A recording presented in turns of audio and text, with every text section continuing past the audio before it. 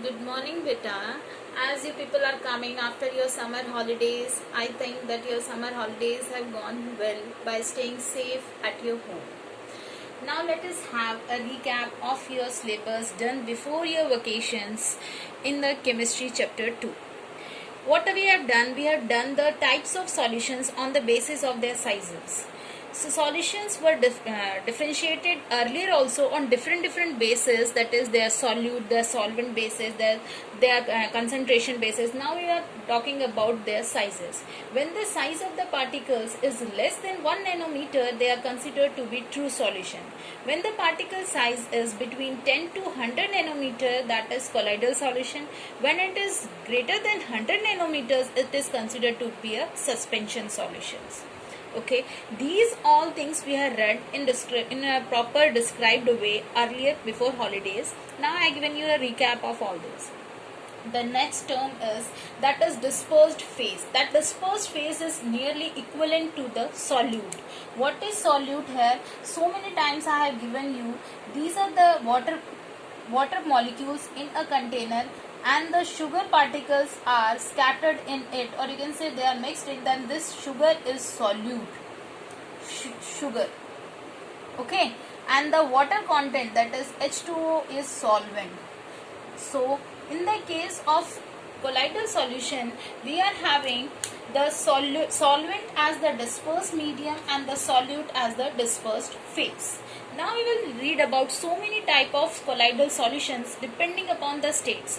That means, what does depending upon the state means? It means if the solution is made up of liquid, solid, solid, liquid, gas, solid, or you are having a 8 combinations of states of matter with different solute, solvent, that means dispersed phase and dispersed medium, then you will call them at different on the basis of the states. That means the solution or you can say the colloidal salts can be differentiated or can be classified on the basis of the states from where they are made.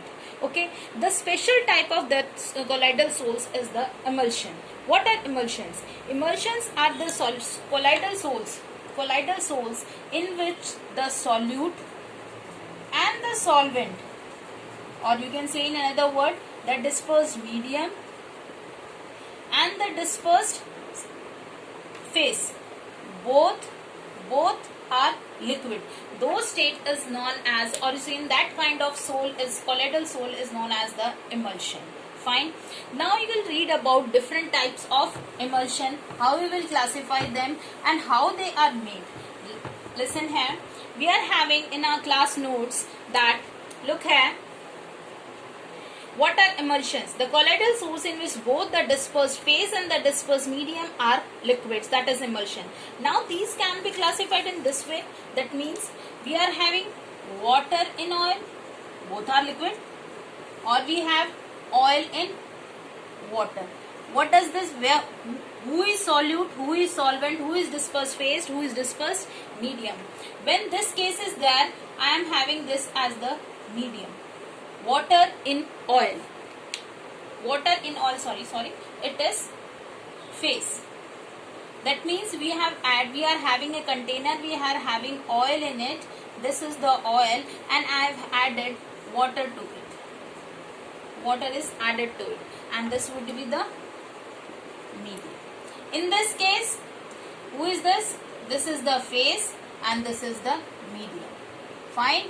What is? The container is there, and in this container I am having water in it and I have added oil to it. These are two ways how you can distinguish, how you can classify the emulsions. What are these emulsions? Now a new terms come. These emulsions are unstable in themselves. They are unstable. To make them stable, a new thing is added to it. Those are known as emulsifiers. What are known as emulsifiers, which are added to it to make them stable. Fine.